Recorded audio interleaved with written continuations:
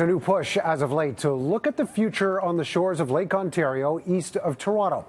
The Pickering Nuclear Station will reach the end of its life in just a few years, and now there are many fighting to have it torn down as quickly as possible. Paul White has lived on the shores of Lake Ontario in Pickering for 50 years. He remembers the day the switch at the nuclear station was turned on and looks forward to the day it's turned off again. What are your hopes at this point? I think the short-term decommissioning is the proper way to go, not only for the people presently living here, but for the future generations. The push is to have the plant dismantled soon after it closes. At this point, it's scheduled to shut down in 2024. But Ontario Power Generation has a license to extend that for another 4 years beyond that.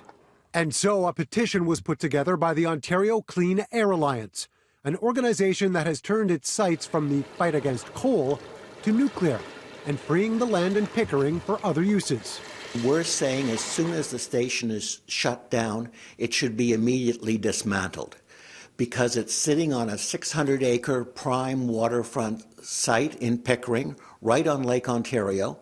And if we immediately dismantle the plant, then most of this 600-acre site can be returned to the local community by 2034.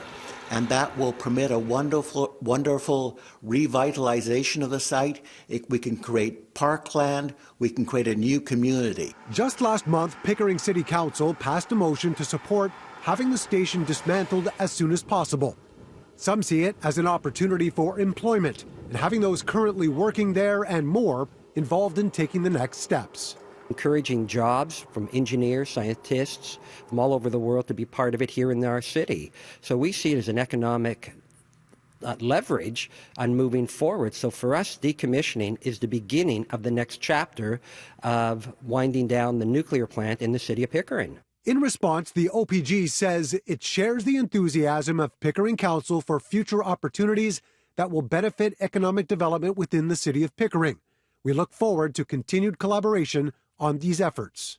Where the nuclear fuel is eventually stored still hasn't been determined, and so it will need to cool down on its current site, and that could mean decades.